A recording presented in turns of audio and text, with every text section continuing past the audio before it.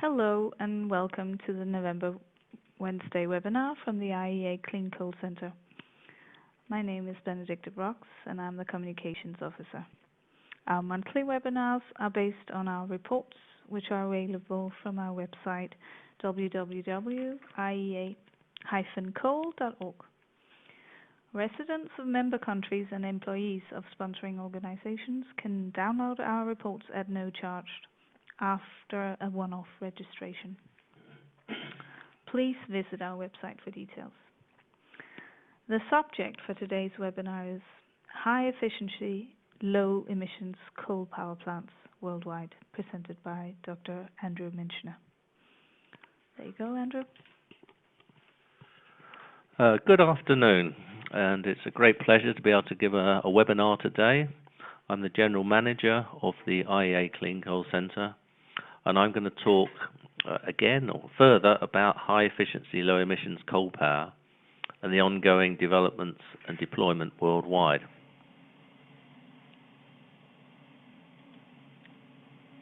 The basis of my presentation is going to comprise of 5 parts. For those of you who don't know much about the Clean Coal Centre, I'm going to have a brief introduction to our work, our remit and so on. I'm then going to talk about the HELE, the High Efficiency Low Emissions Coal Power and Other Systems. I'm then going to talk about further technology introduction and innovation. Then words on the drivers for deploying those technologies on a commercial basis. And then finally, some words about some of our HELE reports that we published, and also a little more on a program of work, a study we're putting together at the moment, which I hope many of you will find of great interest.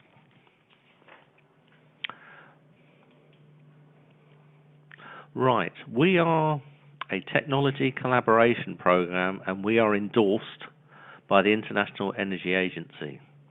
I've listed our mission statement here, which is to provide our members, plus the IEA Working Party on Fossil Fuels and other interested parties, with independent information and analysis on all coal-related trends compatible with the UN Sustainable Development Goals. I will stress the word independent, because that's what we are. We're not owned by anyone. We're a self-contained organization, as I said, endorsed by the International Energy Agency.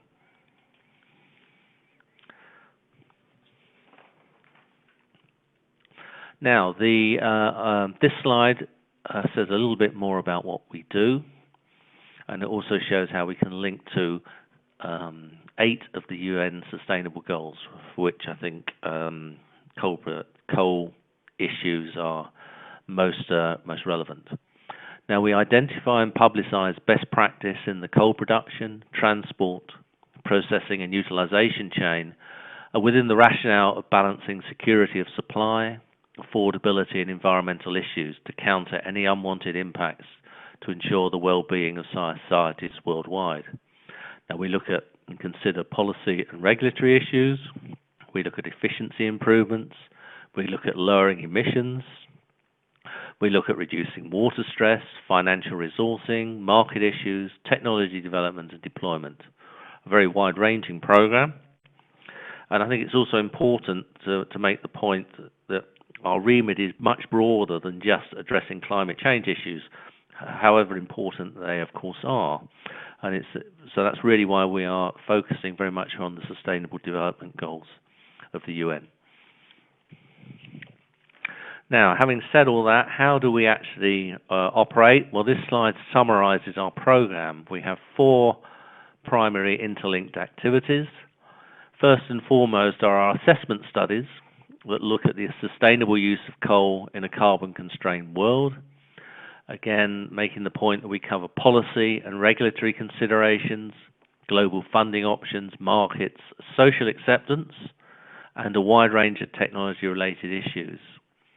The output of each study includes a comprehensive peer-reviewed report and a separate policy-relevant executive summary. As my colleague Benedicta said earlier, all of our members have immediate access to those reports. Anyone who's not a member can gain them either by paying a small fee immediately, or they can get them after 6 months when we make them free to everyone. The assessment studies provide the core of our program of work from which the other activities that are listed here take place. So, for example, we spend a lot of time now on outreach activities, getting the message out from our studies, and we're increasingly doing that in developing and industrializing countries, often in collaboration with like-minded organizations, of which I can include the UN Economic Commission for Europe, UN Environment, the US Department of State, the UK Foreign and Commonwealth Office, to name but a few. We also do a lot of extensive dissemination activities via our website, excuse me, and I would certainly encourage all of you to visit the website, which is new and fresh and very good. But having said that, we're always also very keen to get advice and consideration from our viewers. But we also work with the press and other media sources. And finally, we do provide specialist support upon request to our individual members. So, having got that out of the way, let's now move on to HELE and look at the status of the HELE coal power and other systems. HELE is based on the premise that by operating at a higher efficiency, the higher the efficiency you can operate at, the amount of coal you require per unit of output is reduced. So if you're using less coal to achieve the same output, you're also releasing less carbon dioxide emissions, which is a key issue. And this slide shows the link between higher efficiency and lower carbon dioxide emissions. And the efficiency increase is a result of increasing the steam temperatures from a subcritical process where the maximum steam temperature will be 540 Celsius, to a supercritical system where we'd be looking at around about 580 centigrade maximum, to ultrasupercritical, which is the state of the art at present, where we'd be looking up to about 620, maybe towards 640 centigrade, and then advanced systems, which are still at the development and demonstration stage, where we are looking at steam temperatures of about 700 centigrade or even higher in some cases. This slide also shows the global average efficiency for coal-fired power plants, which is 35%. And clearly, I make no bones about this. There's a lot of old coal plants of subcritical nature, which are well below that level.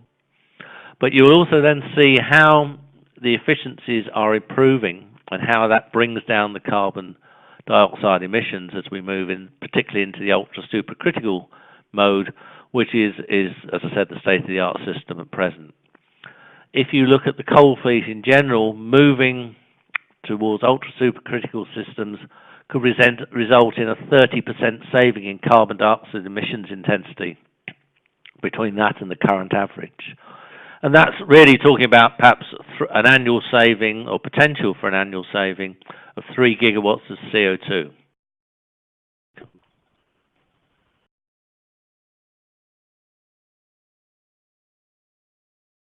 If you're building an ultra-supercritical power plant, you will be using higher grade materials than you would for a subcritical, so that pushes the capital investment costs up. But you're going to get a lot back for your money because you'll be operating at much higher efficiencies and therefore will need much less coal than you do at present. So the operating costs are much lower. The carbon emissions intensity is much lower.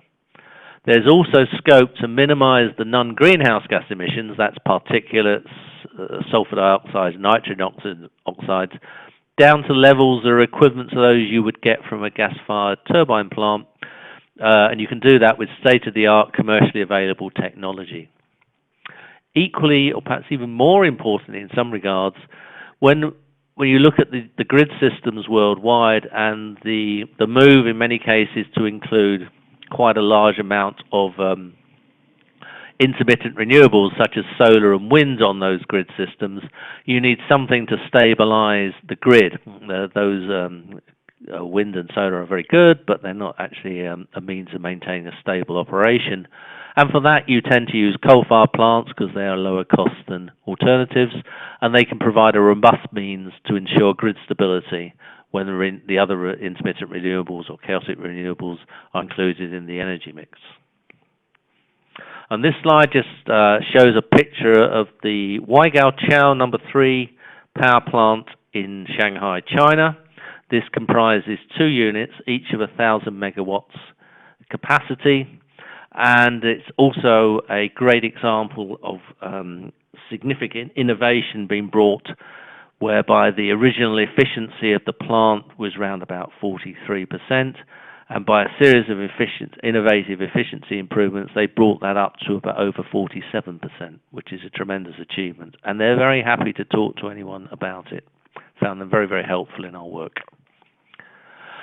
This slide shows for 2018 the coal power capacity worldwide, where we're using ultra-supercritical conditions. This is the state of the art at present. You can see that there are close to 250 gigawatts worldwide in operation, of which about 90% is based throughout Asia, and the other 10%, nearly all of which is in Europe. You also see a pretty much the same proportion of compared when you look at the number of plants that are under construction. And to put that in context, there are the number of operational plants last year in 2017 was about 10% lower than we're seeing this year. So the technology is continuing to advance, again, particularly in Asia. Now I'll move on to talk about further technology introduction and indeed innovation in taking the technology forward in a transformational way. We have to consider various developments here. We're going to then show how these are being introduced or taken forward to the demonstration stage worldwide. The key point, I think, to start with is stress again is that many developing countries are undergoing an economic transition through urbanization and industrialization, and that's so true in Asia. To put that in context, over 50% of the world's population lives in Asia. They have far less than 50% of the world's energy sources available to them, and indeed the number, millions of people who do not have access either to any power or have a very limited, low and intermittent supply of power is, for the 21st century, I think, frankly, is disgraceful. And there's a lot that can be done there to improve that situation and must be done to improve that situation. There are, again, these are rapidly growing economies in most cases. There's many opportunities for the technologies to be introduced. And in Greater Asia, we're seeing that being brought forward primarily by China and Japan, both offering their technology options, but they're also offering financial support to these countries to enable these plants to be built and operated. And to a lesser extent, but still very important, we're seeing the same sort of effects be happening now in Southern Africa, where there's a lot of strong vocal support and financial support from the African Development Bank. There are, of course, challenges for this potential deployment. We're seeing the fact that there's a lot of countries are concerned about coal, and understandably so. But again, you have to recognize that the climate change is very important, but security of energy supply and affordability of energy are equally important. They're the three legs of the energy trilemma, which requires compromise. You can't optimize on all three at once. There's also a need to get government commitment to build the power plants. You need public acceptance, that's increasingly important. And you need the appropriate local regulatory, policy, economic and environmental circumstances so that you can realize the benefits. I put up here 6 countries from Asia, not the big ones like China or India, not the OECD ones like like Japan, and South Korea, that 6 developing countries, all of us broadly similar size and capacity and similar GDP per capita. And I've put on here the countries together with the coal power mix that they have available to them. And I've combined here both the current capacities and planned capacities. You can see that all of them have significant levels, or quite significant levels, of subcritical plants, the old technology. You see several of them have moved towards introducing supercritical, and now, and this is really quite recent, we're now seeing a major move towards ultrasupercritical, particularly in Bangladesh, to some extent in Indonesia, and certainly in Malaysia, and to a reasonable extent in Vietnam, but not in the Philippines or Thailand, at least not yet. And this does raise some interesting questions about why that would be so. First, I'm going to talk a little bit about Bangladesh, because I think this is a really interesting case study. This is a modest size, modest GDP country. It does have climate targets, as it's committed to under the Paris Agreement, of climate target of 5% reduction on business as usual emissions. And they're going to do that by introducing ultra-supercritical coal plants, more efficient plants where you can get the same output as you would from a subcritical plant, but by burning less coal. So that's their way to take forward that initial climate target. I should point out they have been very dependent on gas power for many decades, but those supplies are nearly depleted, so they're much more interested now in looking at a lower cost energy source, which is coal. Energy demand and production is rising at 9% a year, and they have gained infrastructure funding, particularly on the grid systems, from China, Japan and Korea. They're currently building just over 3 gigawatts of ultra-supercritical power capacity. Doesn't sound much, but prior to that they had almost no coal power capacity. But they've also got another 11 gigawatts of ultra-supercritical power in the planning stage, which is going to mean that the share of coal in the generation mix is going to rise to about 50%.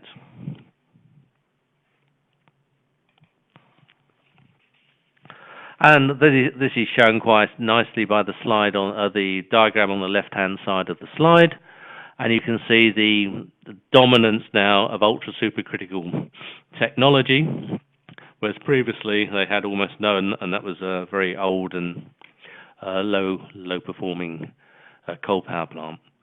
Now the GDP has doubled since the year 2000.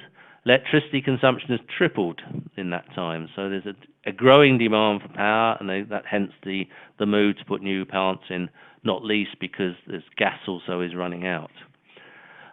Since 2014, 62% of the population's had access to electricity. That's a high improvement on what was there before, but there's still some way to go, and that's recognised by the government.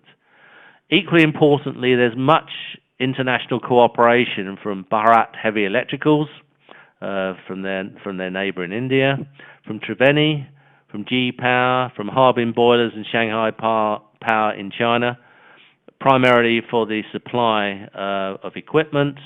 And there's other opportunities going forward with JICA and J-Power from Japan, and there's announcements of further collaborations with China. I think it's fair to say that this for Bangladesh, this represents a success story for a country where access to reliable power production has not been a given, but it is now moving forward to address this issue. And also the fact that there's international collaboration that's helping to take forward the well-being of the country and the people to the benefit of both the technology suppliers and users.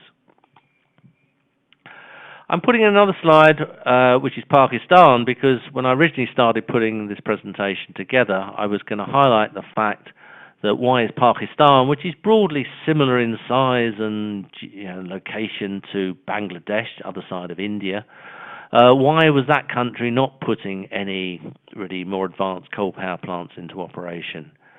Now, up to now, it's had a high dependence on hydro and oil power. Oil power is really not so favoured now, and hydro is vulnerable from water availability perspective. There's tightening reserve margins, and modest growth in the population and modest growth in the electricity demand, but they need to meet it. Now, in collaboration with China down the China-Pakistan Economic Corridor, if you like, an offshoot of the Belt and Road plan from China, there are plans to add about 9.5 gigawatts capacity over the next 5 years, of which a large amount of that will be fueled by using imported coal from South Africa. Now, in the last year through to the end of next year, it's expected that 4 gigawatts of supercritical coal power capacity will come online, and the equipment is being provided from China, Japan, the USA, and Germany. What I also want to highlight is the fact that General Electric have recently announced an order for a 660 megawatt lignite-fired ultrasupercritical power plant. They are providing the technology, and they're working closely with SEPCO 3, who are the overall provider of the overall plant.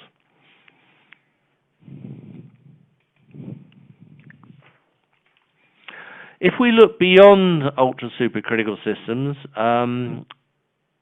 there's a lot going on. I want to make the point that we haven't reached the end of the technologies. Far from it. There's a lot of innovation coming through, which has every chance of successfully taking the technologies well beyond even the high conditions that I've been showing in these current slides.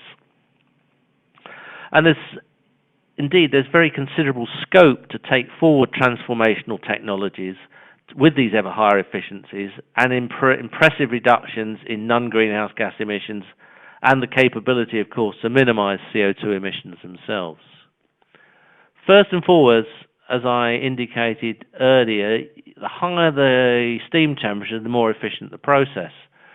And there's now a lot of work that's been going on and is coming through to fruition in terms of demonstration projects, are pushing the steam temperatures from 620, 640 up to at least 700 Celsius, which will correspond to a 50% cycle efficiency.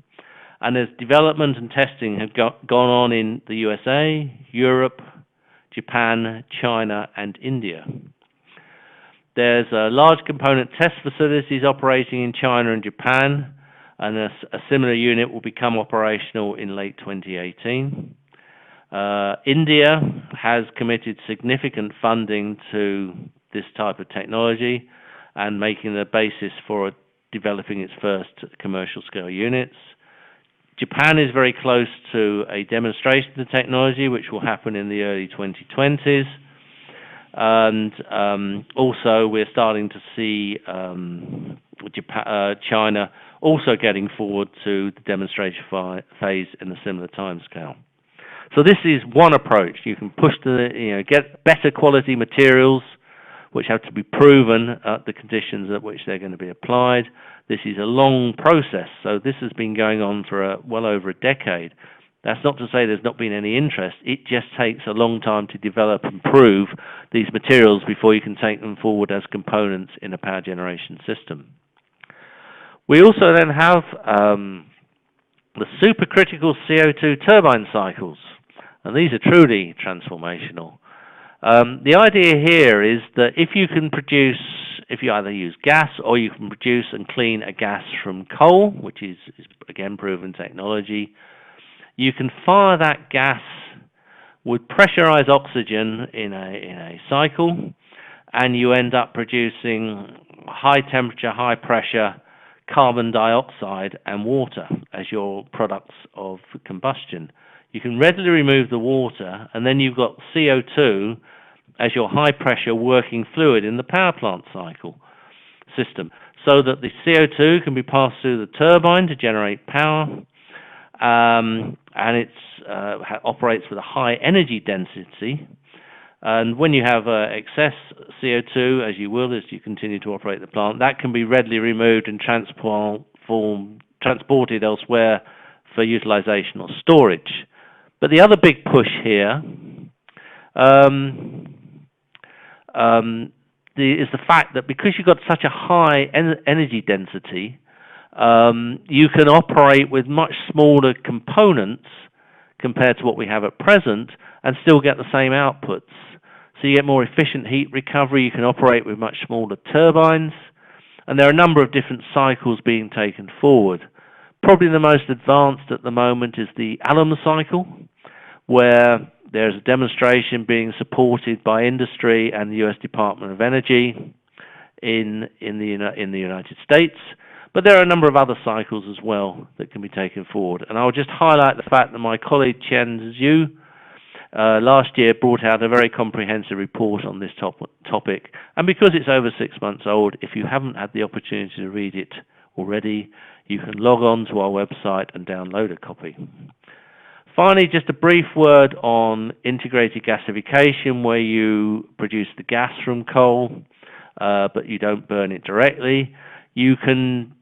One aspect is to take that gas, process it, and use it to fuel a fuel cell. And there's a 166 megawatt unit which will start up next year in Japan on this, where Japan, in fact, globally has taken the lead on coal gasification for a number of applications, particularly in the power sector.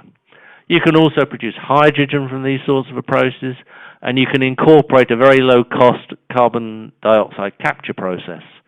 And a report on that came from Xinjiang, which came out earlier this year, and that one may not yet be freely available, but it doesn't cost much to buy. Just one more word on the advances of materials science. We talked about getting the steam temperature up to 700 Celsius.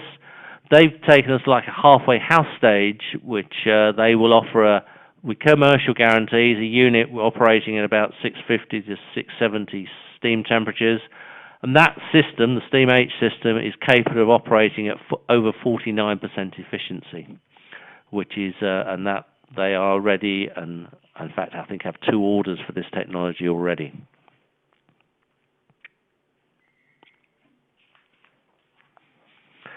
Then we can move on to some other interesting approaches, which are from China. And these are, again, truly transformation, and they will achieve significantly higher efficiencies without the need to push the steam temperatures as high as I've just been describing. Their approach is to include what's called a double reheat ultrasupercritical steam turbine. And in the normal layout, you would have the boiler house, or the boiler house, and within the boiler house, you would have the boiler itself. That would raise high quality steam, and you would, under normal circumstances, transfer that steam down to the turbine, which would be on the ground floor of the process building, and that would the steam would pass through the turbine, all the different stages of the turbine, and generate power.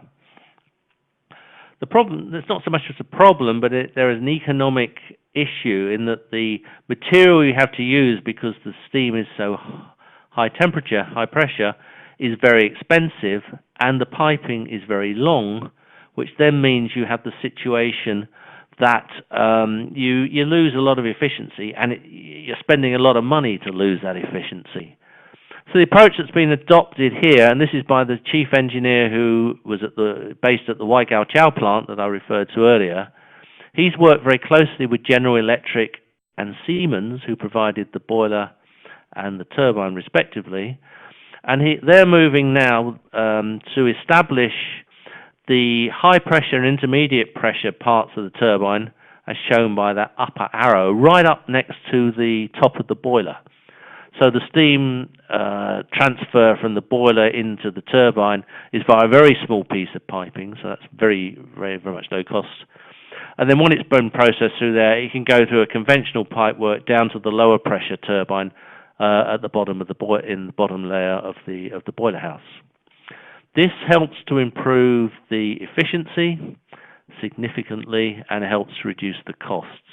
I've indicated there that the operating conditions in these, don't worry about trying to write them down or anything, you can readily get them either from the reports we issue, or you can get access to the webinar, which you can watch again at your leisure.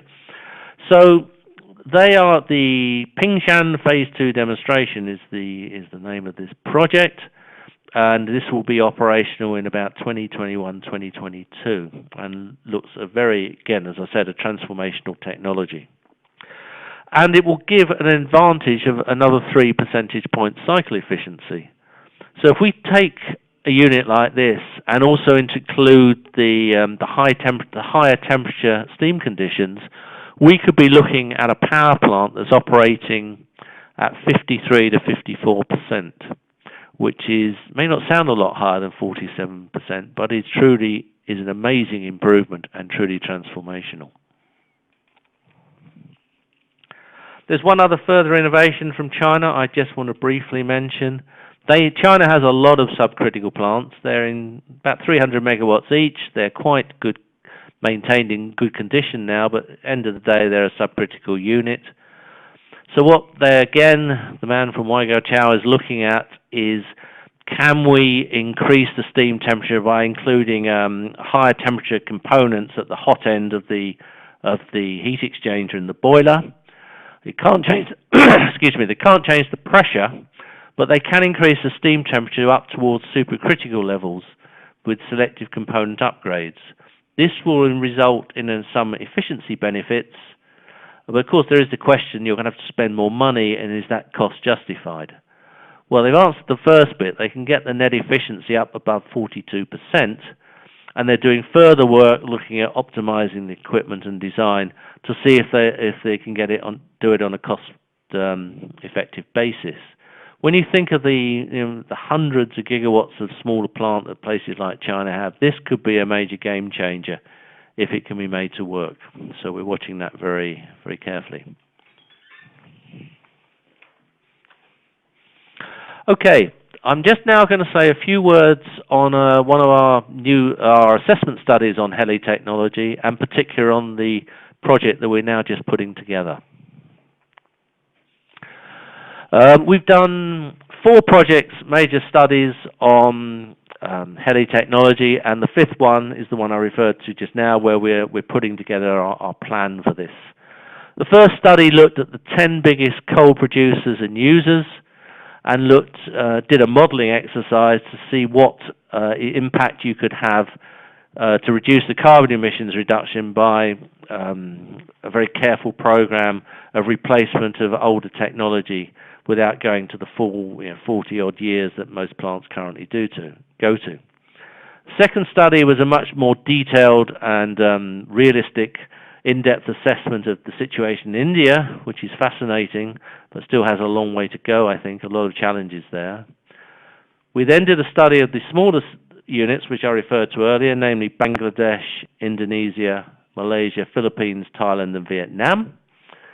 And we've more recently brought out a study looking again in depth at Japan and South Korea, but also they're looking at the program, particularly from Japan, where it's taking its technology advances out to nearby countries within Asia as part of its ongoing commitment to deploy the technology. And then the 5th study, which is the one we're putting together at the moment, is looking at the prospects for implementing HELE coal power technologies, but mainly in other countries which have nationally determined contributions that include coal utilization. Didn't that go?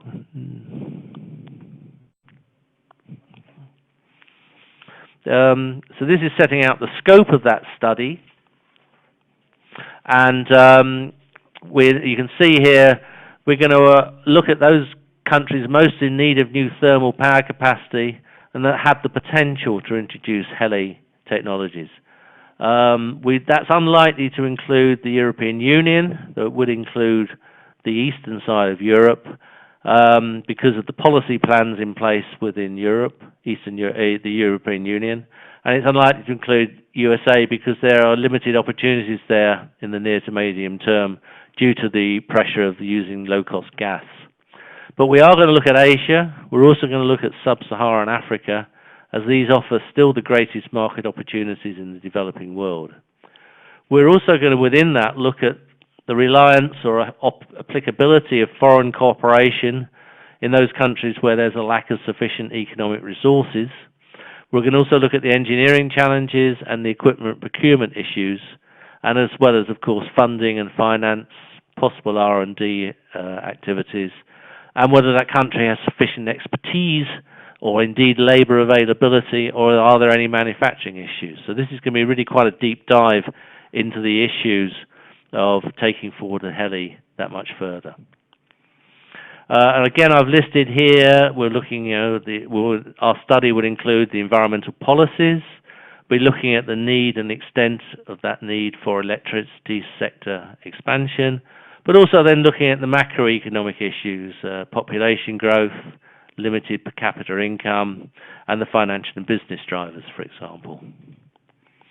We will also, of course, take into account climate policies as the Paris Agreement progresses, and we've got listed here a number of the issues that we will take forward.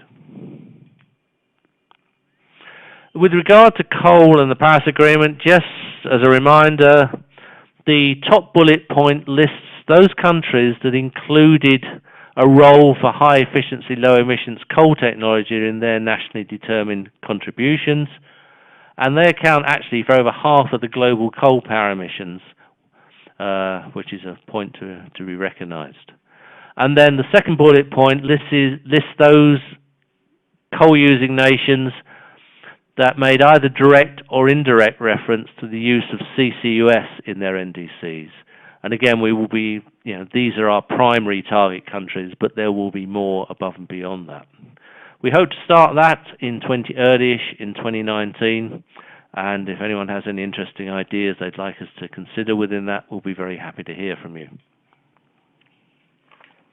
I'm just going to finish up with just a quick couple of slides to remind people, as I did earlier, that not everything is about burning coal.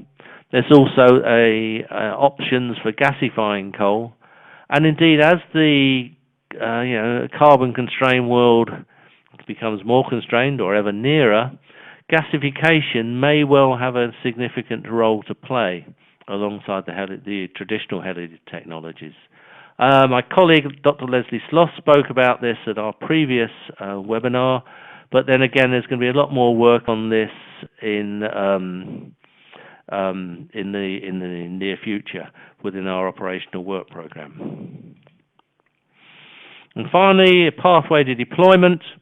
I'm not really going to cover this, but you have to get through the research phase, you have to get around that peak and get up to the pilot plant phase, and then ultimately up to the demonstration phase. And if all that's successful, you have an option that, provided the market is still there, you may well be able to make a significant impact in that market. But there's a lot of steps to go through, and again, this is something that we're looking at more and more. So, my concluding slide. I think deploying HELE technologies for new and retrofit applications is a key near-term step in developing countries where coal remains their preferred energy source. Countries where HELE should be an attractive option have a number of key similarities, but as I've indicated, they also do have some significant differences.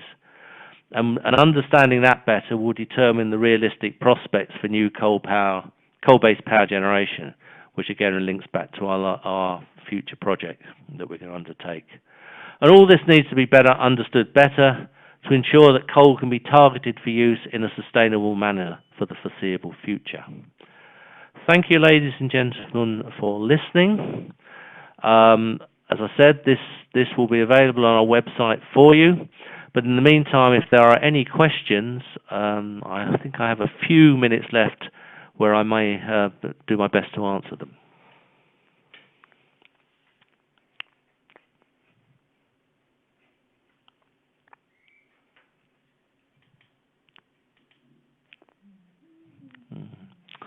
Oh, well, I have a message which says someone can't log on, but that wasn't the question.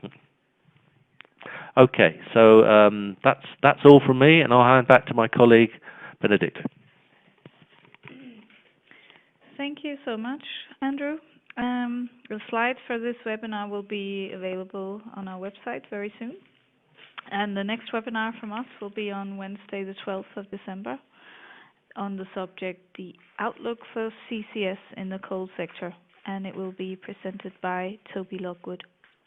Thank you all for joining us today, and goodbye.